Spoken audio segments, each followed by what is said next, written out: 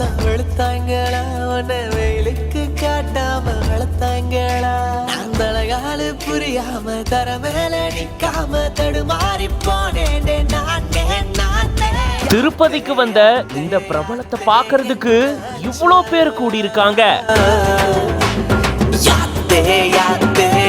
ஒரு செல்ஃபி எடுத்துக்கிறோமே அப்படின்னு இந்த பிரபலத்தை நோக்கி இவ்வளோ பேர் படம் எடுத்திருக்காங்க. அவள் வந்து விட்டாள்.